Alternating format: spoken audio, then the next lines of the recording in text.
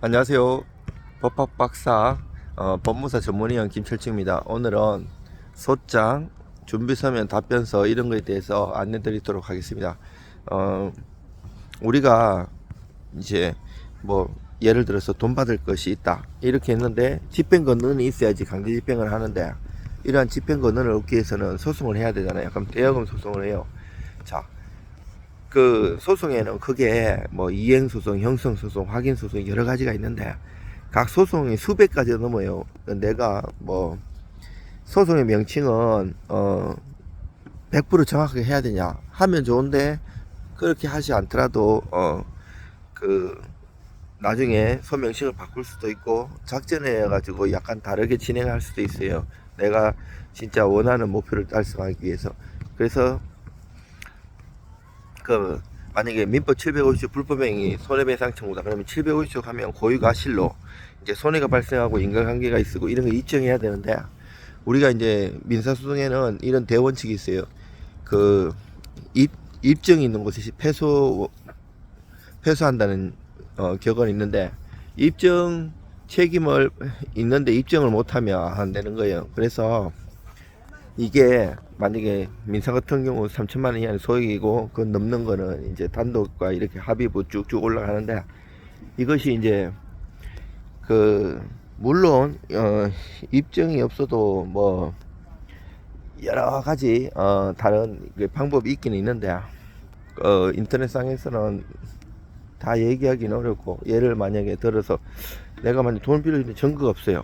그러면 이 문자 내용이라든지 여러 가지를 할 수 있는데, 그것도 없으면 내용점을 먼저 보내가지고 증거 있는 것처럼 얘기해가지고 그거를 받아올 수 있게끔 그 내용점을 먼저 보내고 증거를 만들어서, 뭐 증거를 만든다는 게 막 조작에 의해 가지고 이거를 뭐 하면 큰일 나고요.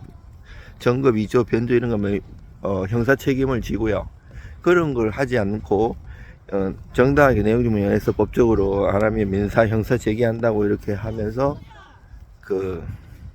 그거를 가지고 이제 소송을 진행하는 경우도 있고, 또 내용증명을 보내므로 해가지고 소기의 목적을 달성하는 경우도 있고요. 여러 가지 상황 따라 다 달라요. 자, 여기서 이제 내가 만약에 부당이득 반환 소송이다. 민법 741조 이거를 제기했어요.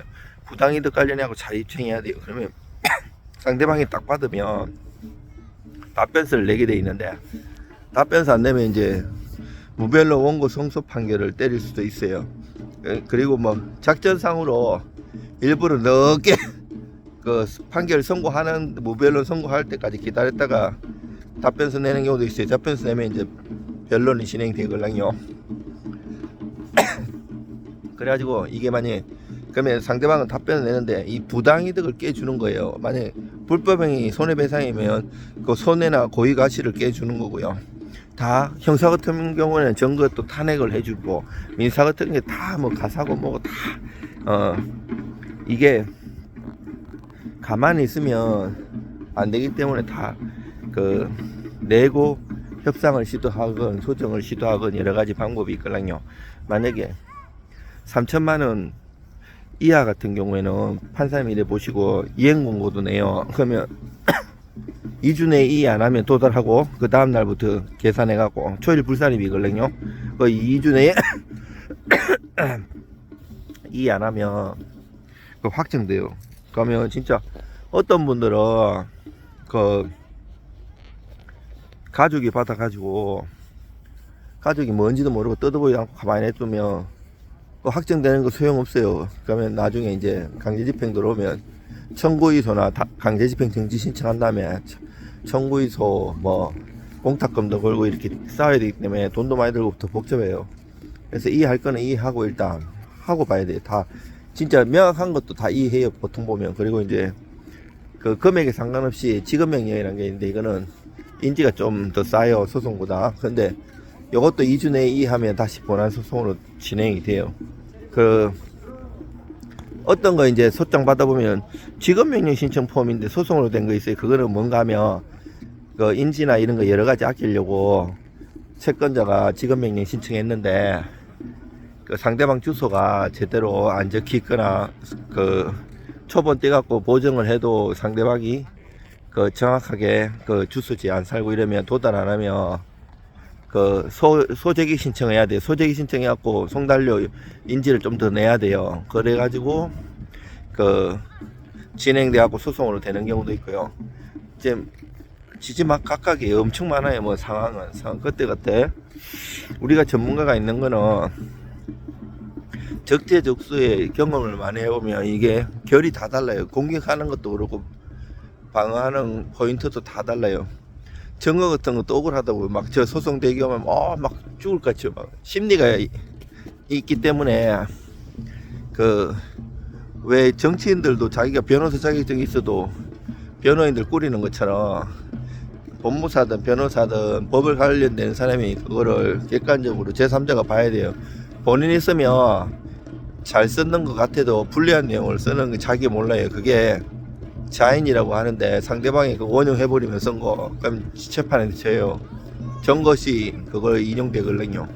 그래서 항상 전문가가 그래서 필요한 거고 막 개인 본인들이 하거나 소송 경험이 많지 않은 사람이 하면 증거 있는 대로 손님이 주는 대로 다 내버리는데 그러면 안 돼요. 우리가 아무리 완벽하게 답변을 써도 말이 있는 사람이고 또 상대방도 법무사나 변호사를 사기 때문에 가만히 있으면 손님한테 욕 들어먹기 때문에 그 답변을 해요. 그냥 막 궤변을 늘어놓기 때문에 증거는 아끼고 나중에 가장 좀 아킬레스건 같은 거 스모킹 같은 경우는 그 내쫓다가 나중에 딱 내야 돼요. 그 소송에 또 작전이 되게 많아요. 이렇게 막 그리고 막 변호사님들 보면 그 변론기일 딱 잡히면 막 하루 전에 놓고 이러는데 판사님이 엄청 싫어요. 판사님도 다음날 재판하는 것도 얘기 많은데 그거 다 봐야 되는데 전날 딱 보내면 짜증 나걸랑요.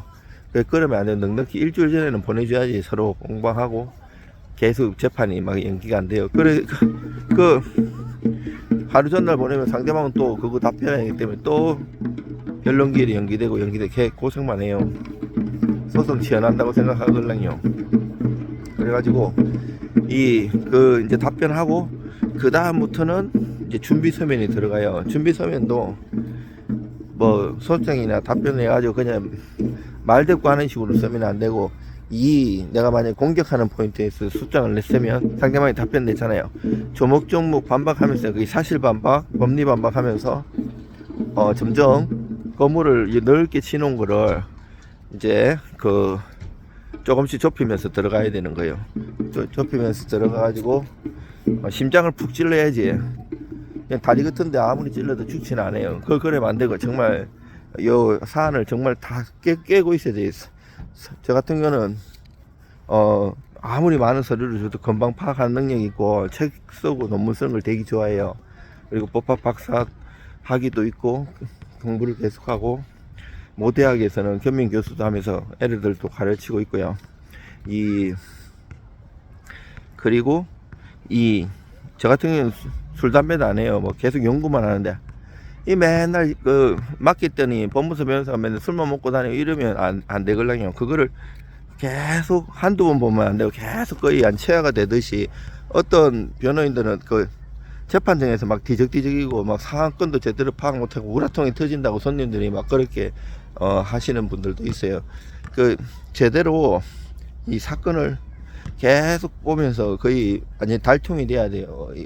근데 사실관계조차 제대로 파악 안 되면 그게 법리 공격이 되겠어요. 안 되죠. 그래 저는 그리고 손님이 그냥 쓰는 거는 참고만 하지 한자도 그거를 안 해요. 다 완전히 갈아엎어 가지고 양도 논문식으로 완전히 쫙 쓰고 국내 국외 논문 이렇게 뭐 비용이 뭐 우리는 저렴해 가지고 큰 돈은 못 벌지만 돈 적게 받는다고 뭐 대충 쓰는 게 아니고 진짜 그 놀랄 정도로 씁니다. 양도 엄청나게 수십 장으로 쓰고 뭐 수십 장 쓴다고 막 심파조로 글 쓰면 안 되고요. 다 한자 한자가 버릴 게 없겠처럼 그렇게 정성들을 써야 돼요. 소송은 정성이에요. 대충 해갖고는 안 되고요. 저도 지금 그냥 핸드폰 하나 듣고 뭐 거치대고 뭐건 아무것도 없어요. 뭐 대본을 읽는 게 아니고 오래 하다 보니까 체화돼 가지고 그냥 이렇게 다 얘기해. 조문이고 판례고 글도 그래요. 판례도 쭉 그냥 수지장도 막 써나가요. 그 다음에 나중에는 이제 판례본은 정확한 거 달고 싶으면 찾아보면 되는 거고요. 하여튼 뭐 저를 통하든 누구를 통하든 그게 중요한 게 아니고 정말 제대로 된 사람한테 제대로 맡기고 아니면 본인이 해도 되고요. 정말 정성스럽게 막 물고 늘어져야 돼요. 근데 막 어떤 분들 보면 개인이 막 3년 4년 소송 끄는 데서 이기는 경우도 있어요. 악착같이 해갖고. 근데 그러면 이제 생활이 못하죠. 그것만 하기 때문에 이제 자기 원래 생업으로 돈을 벌어야 되는데 사실 이 소송에서 이기봤자 뭐 큰 실익도 없는데 그렇게 막 하면 안 돼요. 저도 법무사지만 법무사 오랫동안 했잖아요. 13년 동안. 근데 옛날에 집 살 때 제가 법무사 등기할 줄도 알지만 내가 그거 몇십만 원 하려고 내가 등기하러 다니고 그러지 않아요. 왜?